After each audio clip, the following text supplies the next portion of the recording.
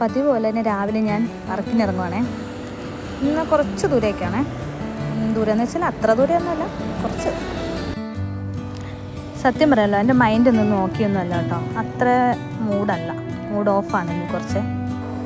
ഇവിടെ എനിക്ക് ബസ് ഇറങ്ങണം. ഞാൻ ബസ് ഇറങ്ങി വെച്ച് ഭയങ്കര ചൂടല്ലേ, ഒരു ഷെയ്ക്കും ഒരു കട്ട്ലേറ്റും കഴിച്ച് വീണ്ടും വേറെ ബസ്സിലേക്ക് കയറി. അവിടുന്ന് വീണ്ടും യാത്രയാണേ എൻ്റെ സ്ഥലത്തേക്ക്.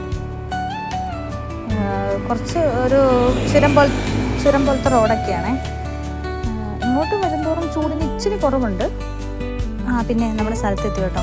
ഇനി ഇവിടുന്ന് ബസ്സിനൊന്നും പോകണ്ട, നമ്മളെ കൂട്ടാലി ഇവൻറ്റിൻ്റെ ആൾ വരും കേട്ടോ. പിന്നെ നിങ്ങൾ ഈ കുറുത്തി മലേനെ പറ്റി കേട്ടിട്ടുണ്ടോ?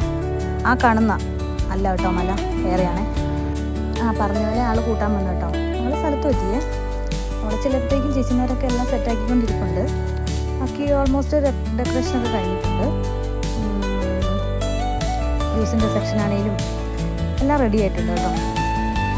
ഗസ്റ്റൊന്നും വന്ന് തുടങ്ങിയിട്ടില്ല, ജ്യൂസൊന്നും സ്റ്റാർട്ടായിട്ടില്ല. അതിൻ്റെ ഇടയിൽ ഞങ്ങൾ റെഡിയായേ.